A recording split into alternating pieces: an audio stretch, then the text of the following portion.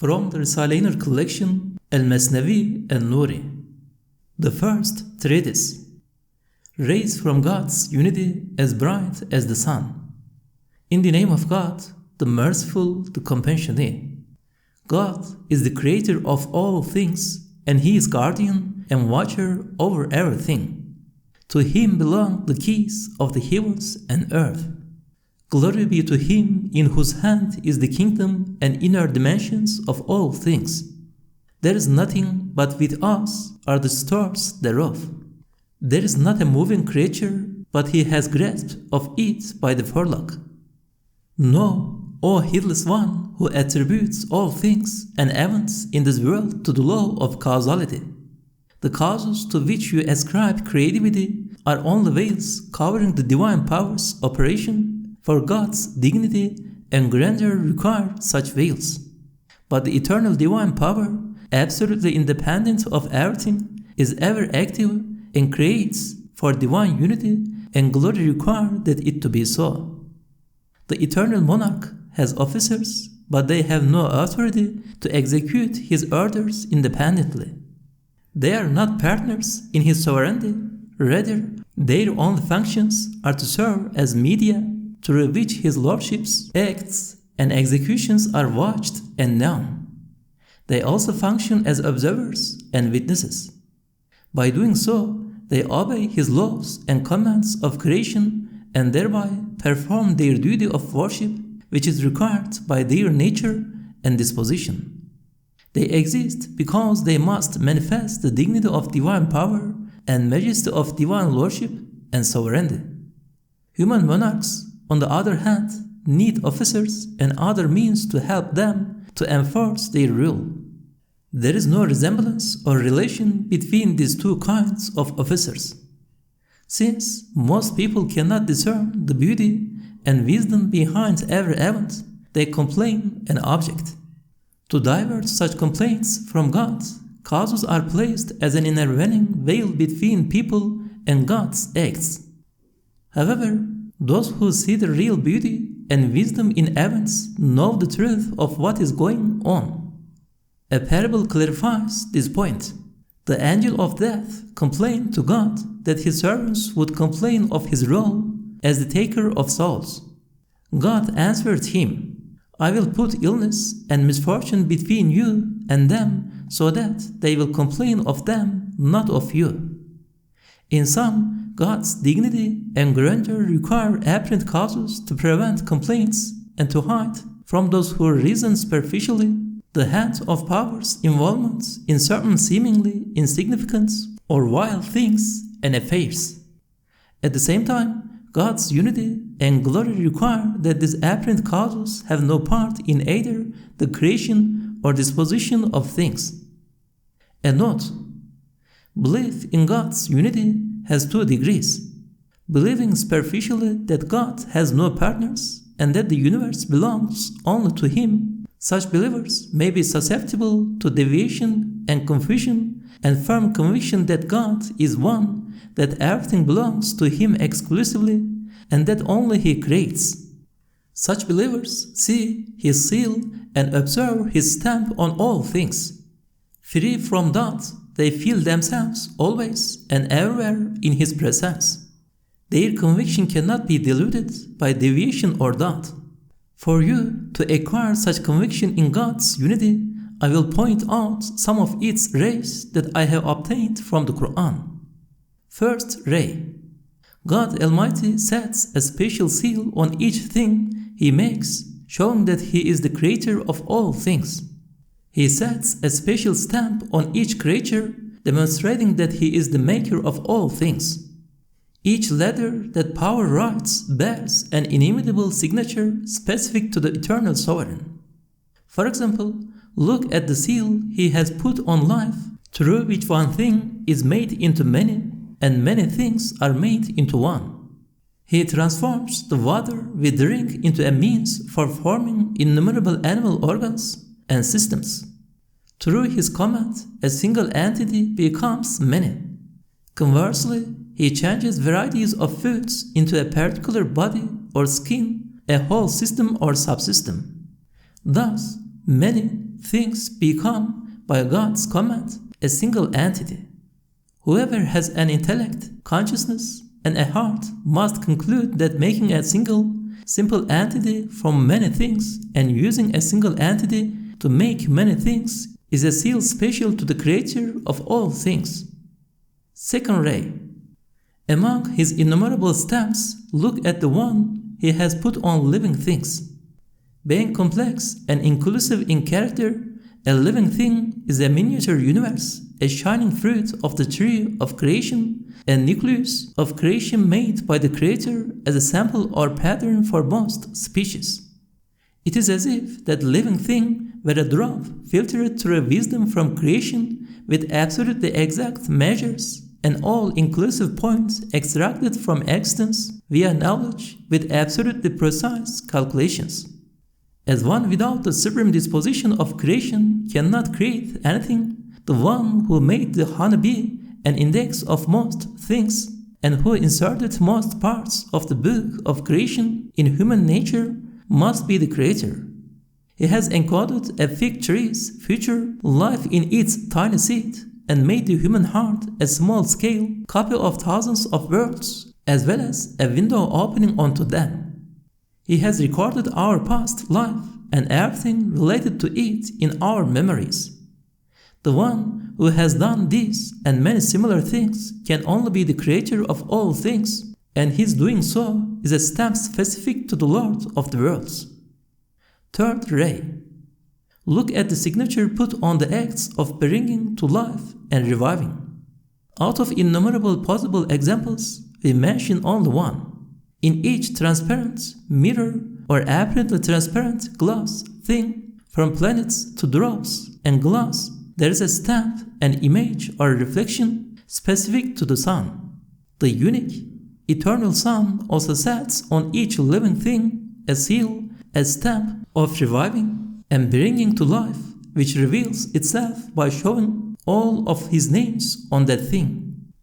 If all material causes, supposing they had power and will, came together to produce the like of that stamp, they could not do so even if they helped each other.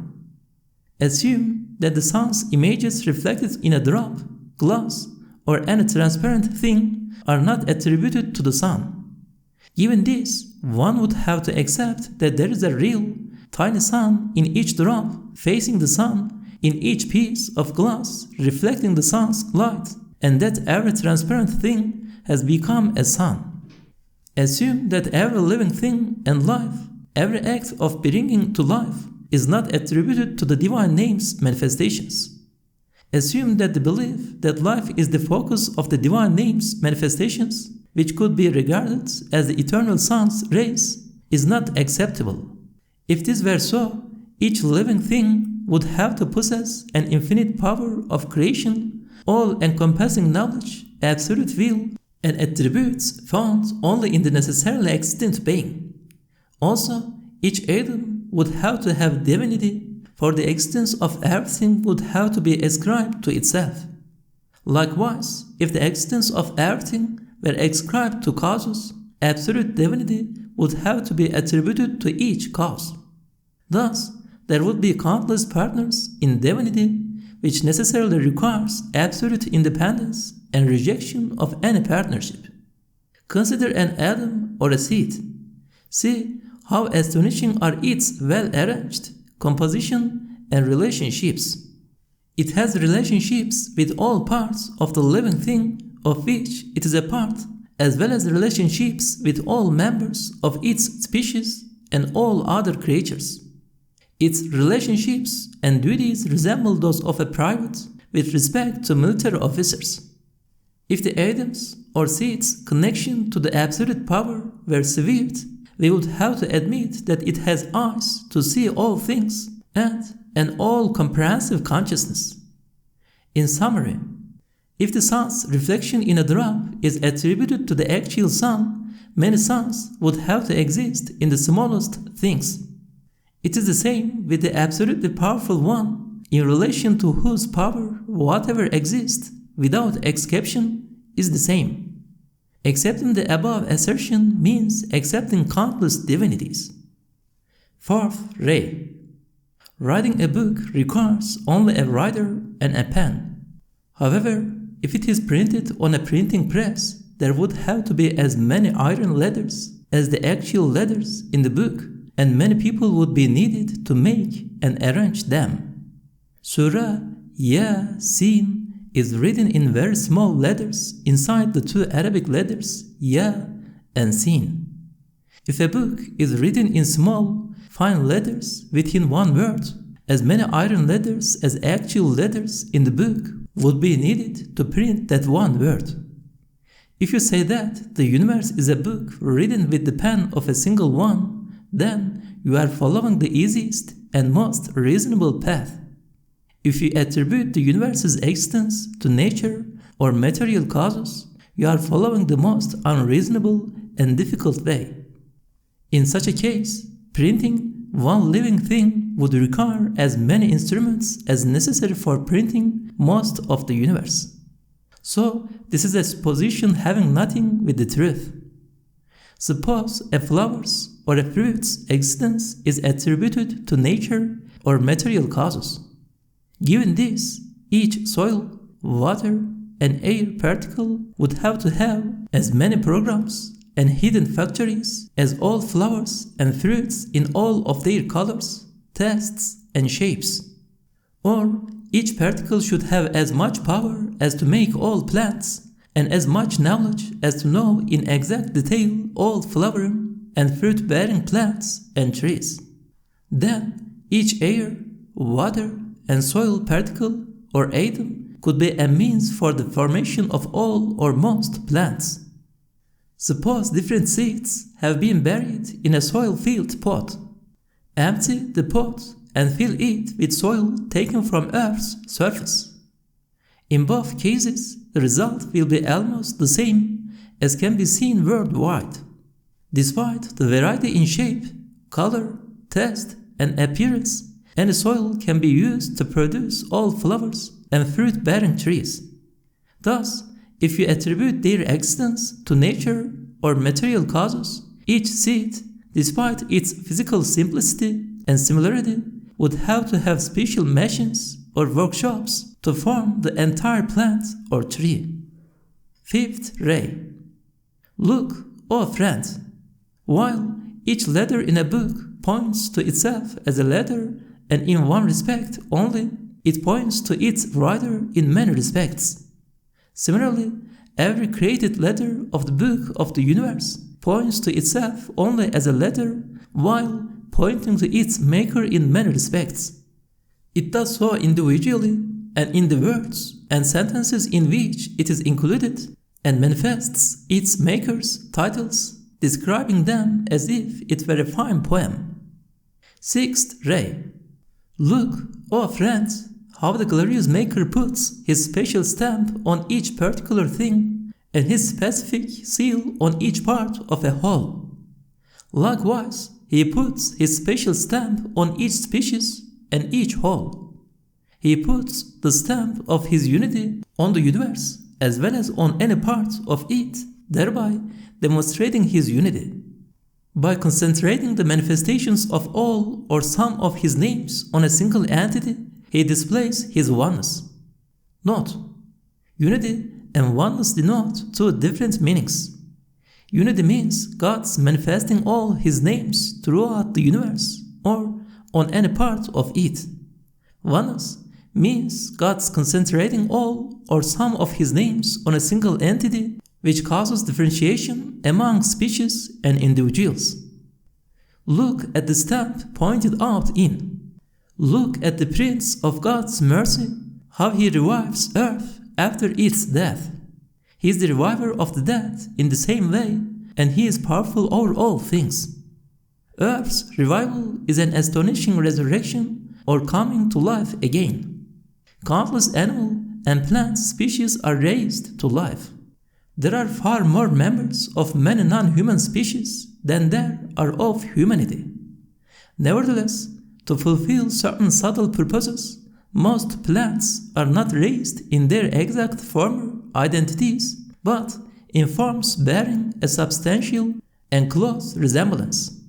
However, they are revived. Their revival indicates the ease of the resurrection that will occur at the end of time after the universe's destruction. Despite their being infinitely mixed with each other, reviving these innumerable species without confusion and with exact differentiation is a special stamp of the one of infinite power and all-encompassing knowledge. Species are infinitely mixed and intermingled, and there is great similarity among them. On the page of Earth, countless books are written without confusion or mistake, with infinite order and with absolute accuracy in distinguishing among them. This is also a special seal of the one in whose hands are the dominion and keys of all things. He can do one thing while simultaneously doing something else. Those who deny the resurrection should observe its countless examples in Earth's quickening. Your denial of it is like this.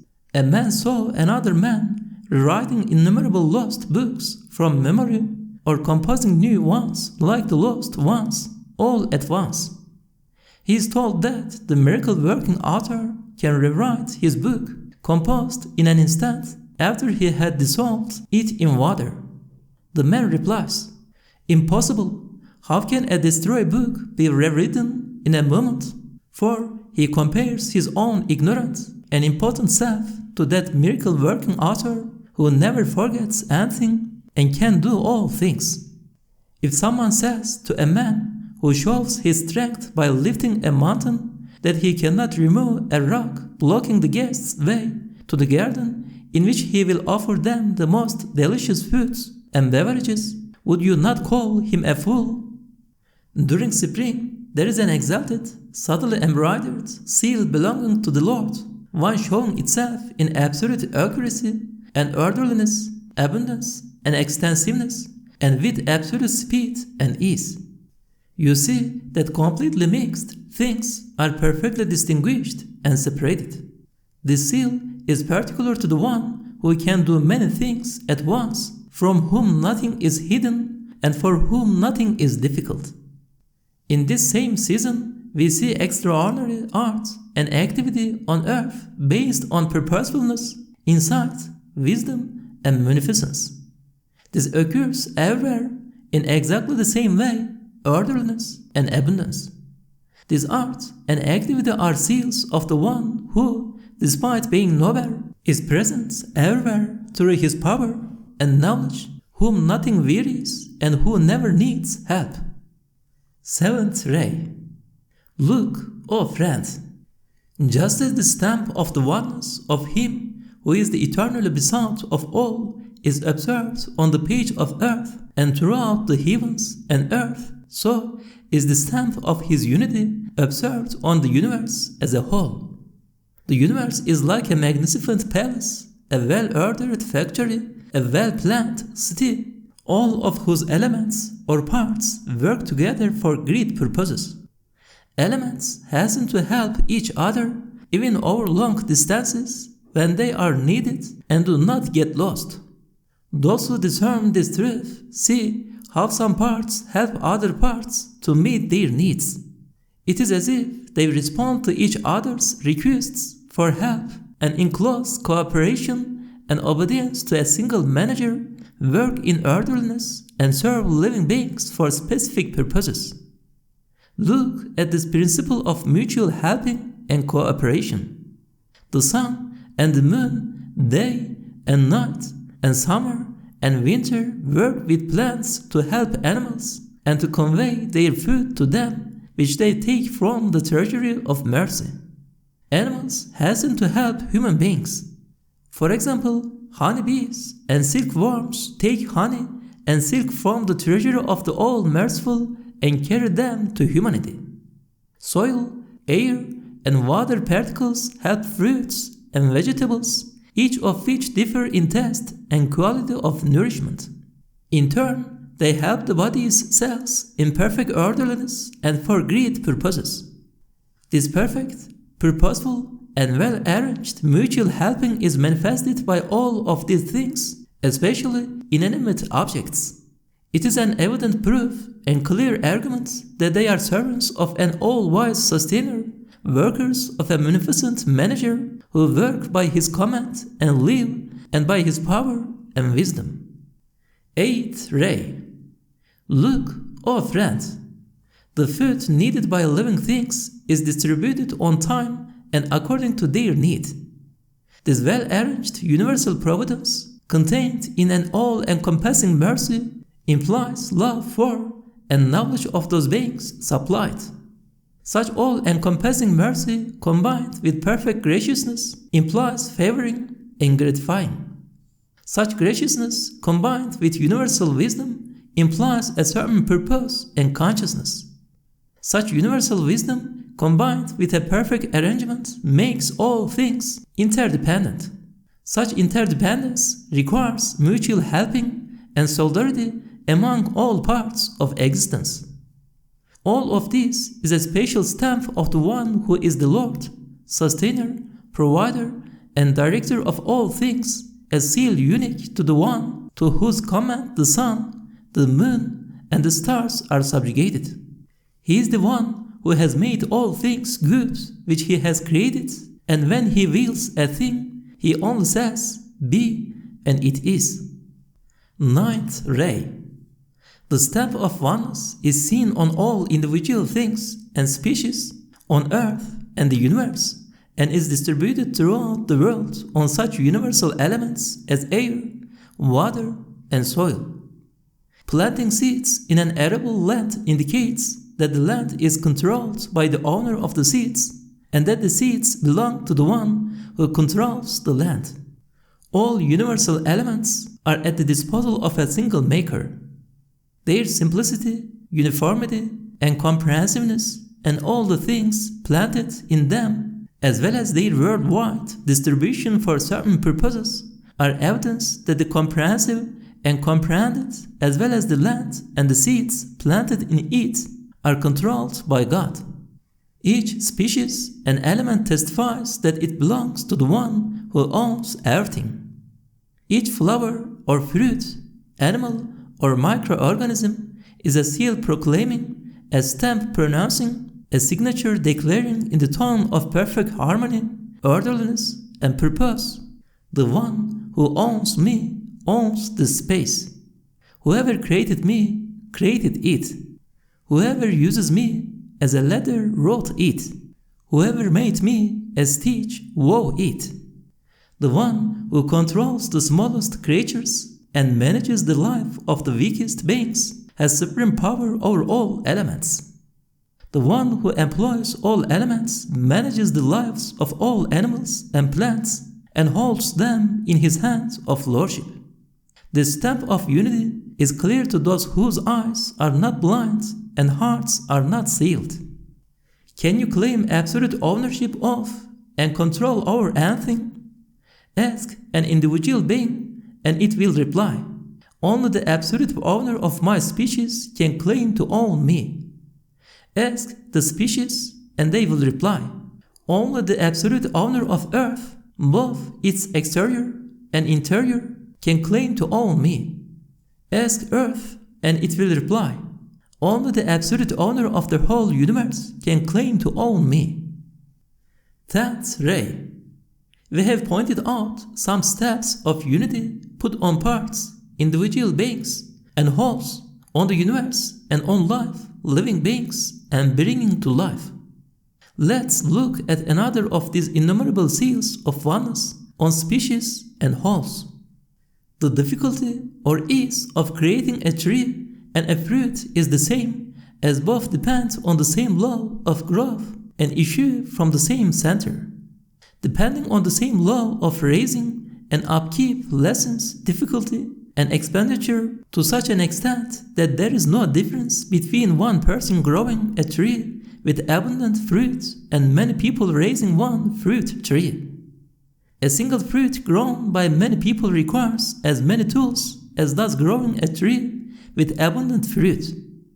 Similarly, the instruments, machines, and factories needed to equip an army would be the same if only a single soldier were to be equipped. The difference is only qualitative. Also, printing thousands of copies of a book is not much more expensive than printing one copy. If each copy were printed on a different printing press, the amount paid would be thousands of times greater than that paid for thousands of copies from the same press. In sum, if innumerably multiple things are not attributed to one source, then in addition to having to attribute one thing to innumerably multiple things, there would be as many difficulties as those things. So, the extraordinary ease of creating so many species distributed worldwide comes from the oneness of their creator. 11th ray. The essential similarities among members of a species and species of a class show the stamp's oneness and the pen's singleness, and testify that such similarities are a single one's work. Also, the absolute ease and the small expenditure spent on them show that they are a single being's work. If this were not so, their creation would be impossibly difficult. This absurd ease and economy of means also shows that God has no partners in his essence and acts, for such a condition would destroy the order, which, in turn, would ruin the universe. 12th ray. Look, O friends, life proves divine oneness and the necessity of his existence, and death proves his permanence and eternity. The sun's images reflected in bubbles floating on a river and the sea, as well as in transparent things on earth, bear witness to the sun. These images disappear when the sun sets or the river enters a tunnel, and new ones appear when the sun rises or the river comes out of the tunnel. This testifies to the permanence of the sun's light and demonstrates that these images are the work of a single sun. This existence shows the sun's existence. Their disappearance shows that there is only one permanent sun. Similarly, the existence of creatures shows the necessary existence of the necessarily existent being. Their disappearance, along with the causes of their existence and their replacement with new creatures, bear witness to his permanence, eternity, and oneness. This is because, along with the alternation of day and night, seasons and years, beautiful beings are renewed and fine creatures are replaced as they set while their legs rise. All of this testifies to the existence of an eternally beautiful one who continuously manifests himself and to his permanence and oneness. The disappearance of causes and their effects, along with the succession of years and centuries, and their being followed by their likes, testify that causes and their effects are created for subtle purposes. All of those fine beings coming in successively are creatures of the all-majestic, all-gracious, and beautiful one, all of whose names are beautiful and holy. Such activity testifies that they are his changing works, moving mirrors, and successive stamps and seals.